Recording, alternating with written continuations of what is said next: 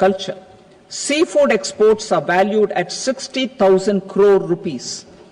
To unlock the untapped potential of the marine sector, our government will bring in an enabling framework for sustainable harnessing of fisheries from Indian exclusive economic zone and high seas, with a special focus on the Andaman and Nicobar and Lakshadweep Islands.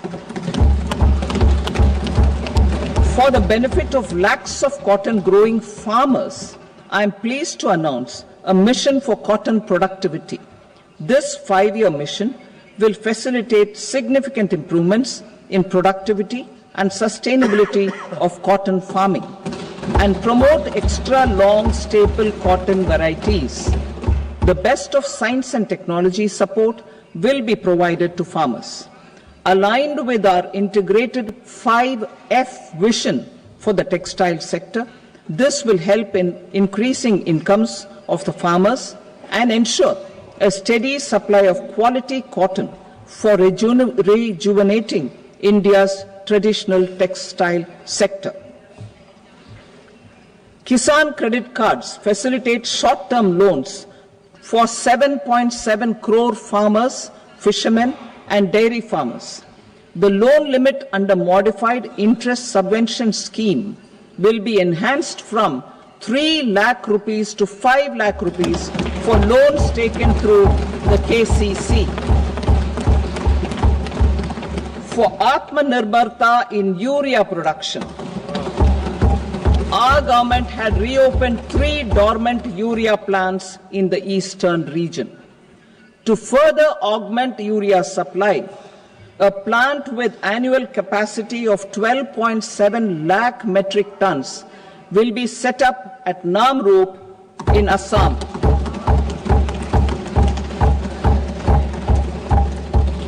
India Post, with 1.5 lakh rural post offices, complemented by the India Post Payment Bank and a vast network of 2.4 lakh Dak Sevaks, will be repositioned to act as a catalyst for the rural economy. Details are at Annexure C. India Post will also be transformed as a large public logistics organization. This will meet the rising needs of Vishwakarmas, new entrepreneurs, women, self-help groups, MSMEs, and the large business organizations. Our government will provide support to NCDC for its lending operations for the cooperative sector. MSMEs as the second engine. Now I move to MSMEs as the second engine, which encompasses manufacturing and services with a focus on MSMEs numbering 5.7 crores. Currently, over 1 crore registered MSMEs, employing 7.5 crore people and generating 36% of our manufacturing, have come together to position India as a global manufacturing hub. With their quality products, these MSMEs are responsible for 45% of our exports. To help them achieve higher efficiencies of scale, technological upgradation, and better access to capital, the investment and turnover limits for classification of all MSMEs will be enhanced to 2.5 and 2 times respectively. This will give them the confidence to grow and generate employment for our youth. The details are given in Annexure D. To improve access to credit, the credit guarantee cover will be enhanced. First, for micro and small enterprises from 5 crore to 10 crore rupees, leading to additional credit of 1.5 lakh crores in the next 5 years.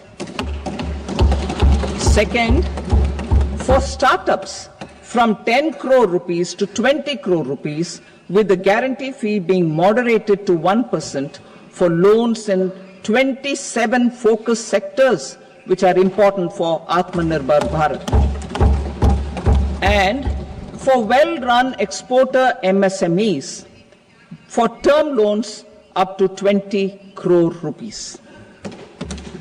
Also for the micro enterprises, we will introduce customized credit cards with a 5 lakh rupee limit for micro enterprises registered on Udyam portal.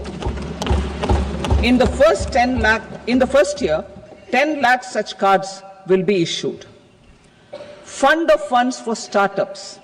The alternate investment fund, AIFs, for startups have received commitments of more than 91,000 crores rupees. These are supported by the fund of funds set up with the Government of India's contribution of 10,000 crore rupees. Now, a new fund of funds with expanded scope and a fresh contribution of another 10,000 crore rupees will be set up. A new scheme will be launched for 5 lakh women, scheduled castes and scheduled tribes, first-time entrepreneurs. This will provide term loans up to 2 crore rupees during the next 5 years. The scheme will incorporate lessons from the successful Stand Up India scheme. Online capacity building for entrepreneurship and managerial skills will also be organized. Measures for labor-intensive sectors. To promote employment and entrepreneurship opportunities in labor-intensive sectors, our government will undertake specific policy and facilitation measures. To enhance the productivity, quality and competitiveness of India's footwear and leather sector, a focused product scheme will be implemented. The scheme will support design capacity, component manufacturing and machinery required for production of non-leather quality footwear, besides the support for leather footwear and products. The scheme is expected to facilitate employment for 22 lakh persons, generate over 4 lakh crore rupees and exports of over 1.1 lakh crore rupees. Measures for the toys sector. Building on the National Action Plan for Toys, we will implement a scheme to make India a global hub for toys. The scheme will focus on development of clusters, skills, and a manufacturing ecosystem that will create high-quality, unique, innovative, and sustainable toys that will represent the Made in India brand. Support for food processing. In line with our commitment towards Purvodaya, we will establish a National Institute of Food Technology, Entrepreneurship and Management in Bihar. The institute will provide a strong fillip to food processing activities in the entire eastern region. This will result in 1. Enhanced income for the farmers through value addition to their produce, and 2. Skilling entrepreneurship and employment opportunities for the youth. Manufacturing mission, furthering Make in India. Our government will set up a national manufacturing mission covering small, medium and large industries for furthering Make in India by providing policy support, execution roadmaps, governance and monitoring framework for central ministries and states. Details are in Annexure E. Given our commitment to climate-friendly development, the mission will also support clean tech manufacturing.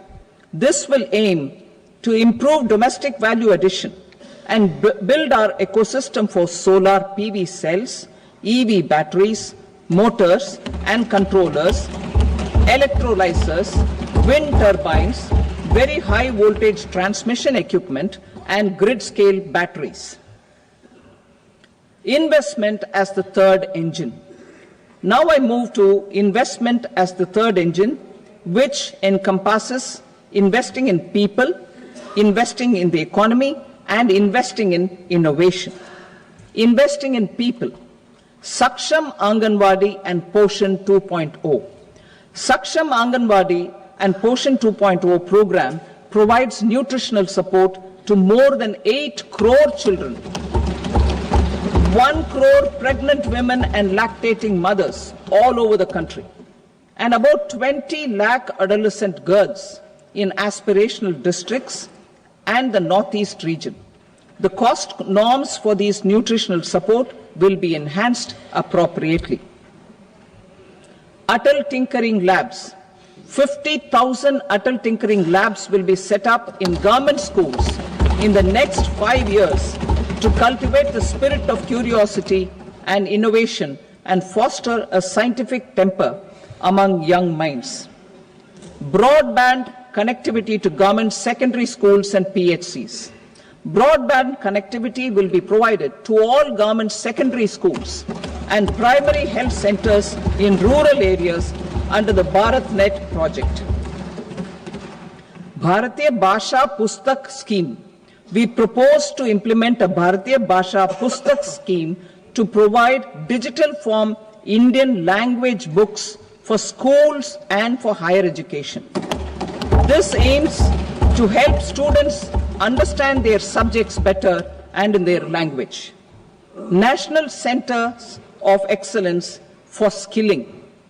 Building on the initiative announced in the July 24 budget, 5 national centers of excellence for skilling will be set up with global expertise and partnerships to equip our youth with the skills required for Make for India, Make for the World manufacturing.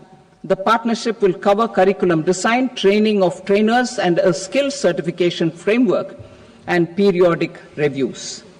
Expansion of capacity in IITs. Total number of students in 23 IITs has increased 100% from 65,000 to 1.35 lakh in the past 10 years.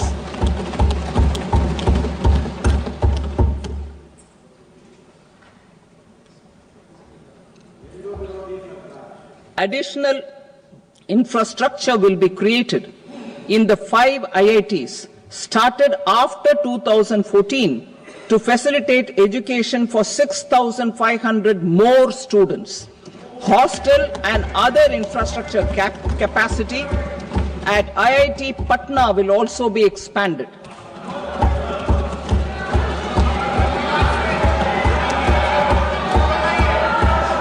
Center of Excellence.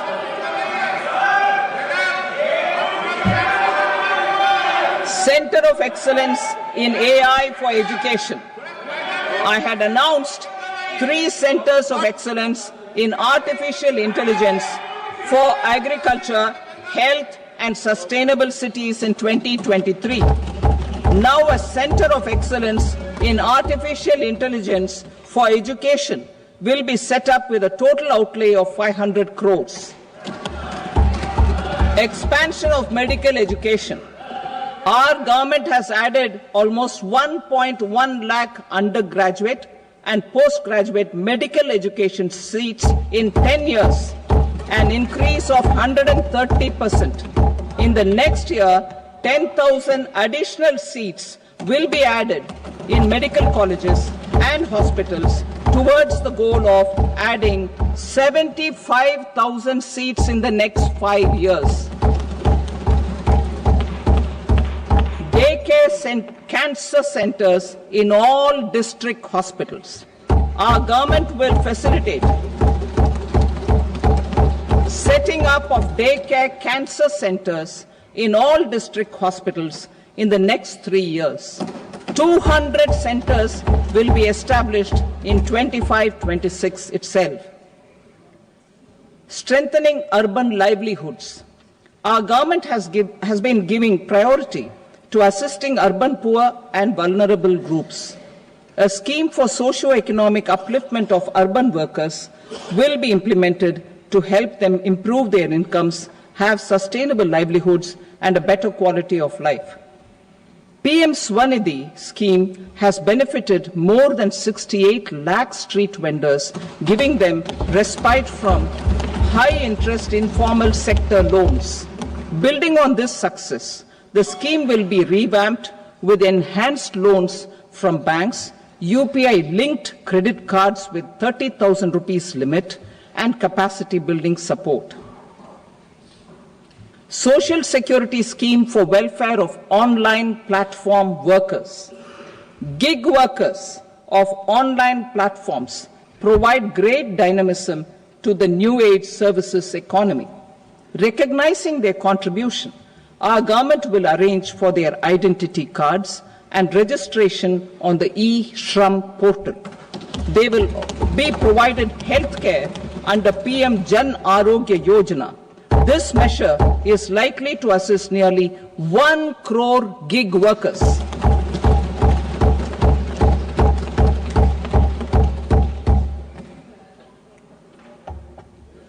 Investing in the economy. Public-private partnership in infrastructure. Each infrastructure-related ministry will come up with a 3-year pipeline of projects that can be implemented in PPP mode.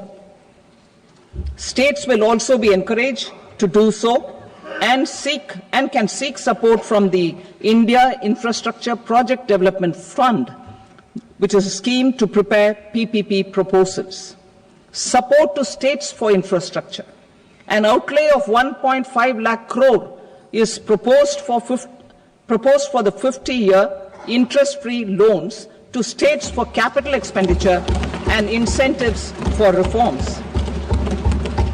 Building on the success of the first asset monetization plan announced in 2021, the second plan for 2025 to 30 will be launched to plow back capital of 10 lakh crore in new projects. Regulatory and fiscal measures will be fine-tuned to support the plan. Jal Jeevan Mission. Since 2019, 15 crore households representing 80% of India's rural population have been provided access to portable tap water connections. To achieve 100% coverage, I am pleased to announce the extension of this mission until 2028 with an enhanced total outlay. The mission's focus will be on the quality of infrastructure and O&M of rural piped water supply schemes through Jan Bhagidari. A separate MOU or separate MOUs will be signed with the states and union territories to ensure sustainability and citizen-centric water services delivery. Urban sector reforms. Building on the July budget proposals, urban sector reforms related to governance, municipal services, urban land and planning will be incentivized. Urban Challenge Fund. The government will set up an urban challenge fund of 1 lakh crore rupees to implement the proposals for cities as growth hubs, creative redevelopment of cities, and for water and sanitation purposes announced in the July budget. This fund will finance up to 25% of the cost of bankable projects, with a stipulation that at least 50% of the cost is funded from bonds, bank loans, and PPPs. An allocation of 10,000 crore is proposed in 2025-26. Power sector reforms. We will incentivize electricity distribution reforms and augmentation of intra-state transmission capacity by states. This will improve financial health and capacity of electricity companies. Additional borrowing of 0.5% of GSDP will be allowed to states contingent on these reforms. Nuclear energy mission for Vikasit Bharat. Development of at least 100 gigawatt of nuclear energy by 2047 is essential for our energy transition efforts. for an active partnership with the private sector towards this goal, amendments to the Atomic Energy Act and the Civil Liability for Nuclear Damage Act will be taken up. A nuclear energy mission for research and development of small modular reactors with an outlay of 20,000 crore will be set up. At least 5 indigenously developed small modular reactors will be operationalized by 2033. Shipbuilding. The shipbuilding financial assistance policy will be revamped to address cost disadvantages. This will also include credit notes for shipbreaking in Indian yards to promote the circular economy. Large ships above a specified size will be included in the infrastructure harmonized master list. Shipbuilding clusters will be facilitated to increase the range, categories and capacity of ships. This will include additional infrastructure, facilities, skilling and technology to develop the entire ecosystem. Maritime Development Fund. For long-term financing for the maritime industry, a Maritime Development Fund with a corpus of 25,000 crore rupees will be set up. This will be for distributed support and promoting competition. This will have up to 49% contribution by the government, and the balance will be mobilized from ports and from private sector. UDAN regional connectivity schemes. UDAN has enabled 1.5 crore middle-class people to meet their aspirations for speedier travel. The scheme has connected 88 ports, airports, and operationalized 619 routes. Inspired by that success, a modified UDAN scheme will be launched to enhance regional connectivity to 120 new destinations and carry 4 crore passengers in the next 10 years. 4 crore additional passengers in the next 10 years. The scheme will also support helipads and smaller airports in hilly, aspirational and northeast regional districts. Greenfield airports will be facilitated in Bihar to meet the future needs of the state. These will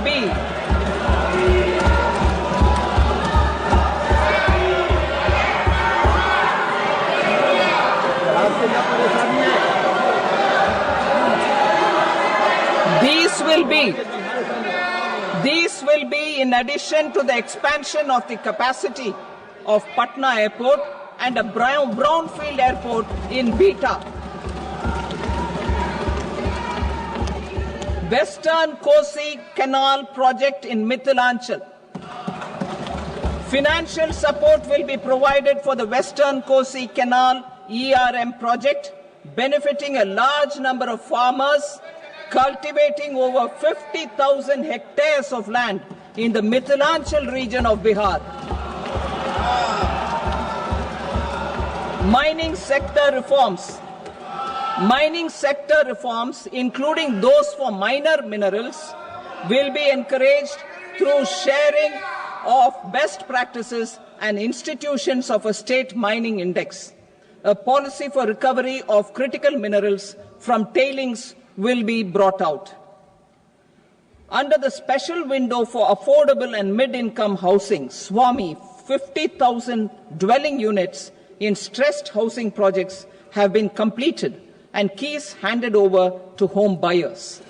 Another 40,000 units will be completed in 2025, further helping middle-class families who were paying EMIs on loans taken for apartments while also paying rent for their current dwellings. Building on this success, SWAMI Fund 2 will be established as a blended finance facility with contribution from the government, banks and private investors This fund of 15,000 crore rupees will aim for expeditious completion of another 1 lakh units. PM Gati Shakti data for private sector. For furthering PPPs and assisting the private sector in project planning, access to relevant data and maps from the PM Gati Shakti portal will be provided. Tourism for employment-led growth. Top 50 tourist destination sites in the country will be developed in partnership with states through a challenge mode. Land for building key infrastructure will have to be provided by the states.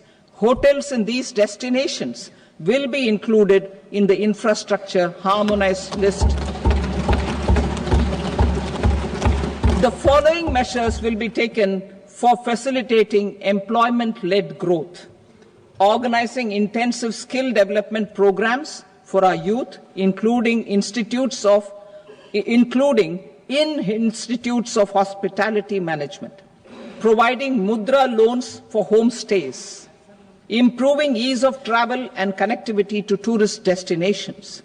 Providing performance-linked incentives to states for effective destination management, including tourist amenities, cleanliness, and marketing efforts, and introducing streamlined e-visa facilities along with visa fee waivers for certain tourist groups. Continuing with the emphasis on places of spiritual and religious significance, in the July budget, there will be a special focus on destinations related to the life and times of Lord Buddha. Medical tourism and heal in India. Medical tourism and heal in India will be promoted in partnership with the private sector along with capacity building and easier visa norms. Investing in innovation. To implement private sector-driven research, development and innovation initiatives announced in the July budget, I am now allocating 20,000 crore rupees for this purpose. A deep tech fund of funds will also be explored to catalyze the next generation startups as a part of this initiative. In the next 5 years, under the PM Research Fellowship Scheme, we will provide 10,000 fellowships for technological research in IITs and IISc with enhanced financial support. The second gene bank with 10 lakh germplasm lines will be set up for future food and nutritional security. This will provide conservation support to both public and private sectors for genetic resources. We will start a national geospatial mission to develop foundational geospatial infrastructure and data. Using PM Gati Shakti, this mission will facilitate modernization of land records, urban planning, and design of infrastructure projects. A Gyan Bharatam mission for survey, documentation, and conservation of our manuscript heritage with academic institutions, museums, libraries, and private collectors will be undertaken to cover more than 1 crore manuscripts. We will set up a national digital repository of Indian knowledge systems for knowledge sharing. Now I move to exports as the fourth engine. We will set up an export promotion mission with sectoral and ministerial targets driven jointly by the Ministries of Commerce, MSME, and Finance. It will facilitate easy access to export credit, cross-border factoring support, support to MSMEs to tackle non-tariff measures in overseas markets. A digital public infrastructure, Bharat Trade Net, for international trade will be set up as a unified platform for trade documentation and financing solutions. This will complement the Unified Logistics Interface Platform. The BTN will be aligned with international practices. Support will be provided to develop domestic manufacturing capacities for our economy's integration with global supply chains. Sectors will be identified based on objective criteria.